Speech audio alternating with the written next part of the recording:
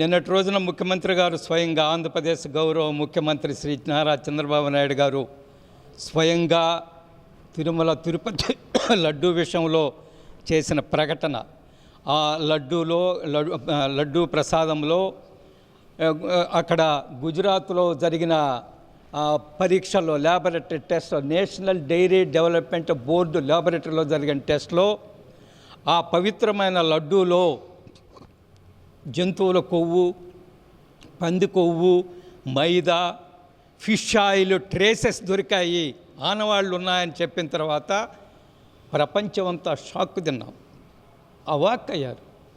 ప్రత్యేకంగా హిందువులు అసలు నోట మాట రాలేదు.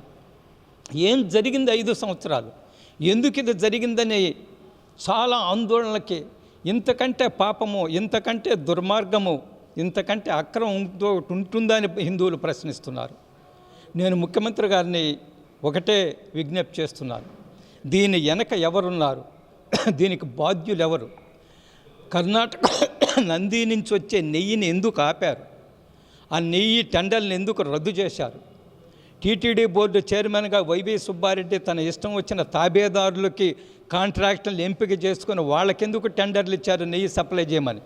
వీటన్నిటి మీద లోతైన దర్యాప్తు జరపాలి, అందరినీ చట్టం ముందు నిలబెట్టాలి.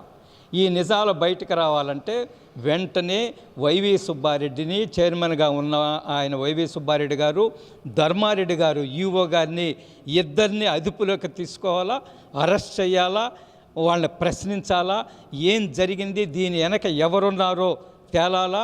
డబ్బుల కోసము, కమిషన్ల కోసము, కక్కుర్తి కోసము ఇంత నీచంగా, ఇంత పవిత్రమైన టీటీడీని ఇంత సర్వనాశనం చేయడానికి ఎందుకు ప్రయత్నం చేశారు? హిందువులను ఎందుకు ఇంత తక్కువ చేసి చూశారు? హిందువుల మనోభావాలకు ఎందుకు ఇంత గౌరవం ఇవ్వలేదు? హిందువులు పవిత్రంగా భావించే లడ్డూని ఎందుకింత అపవిత్రం చేశారు? వీటికి సమాధానం చెప్పాల్సింది వైవి సుబ్బారెడ్డి, ధర్మారెడ్డి. దీని వెనక ఎవరున్నారో బయటికి రావాలా.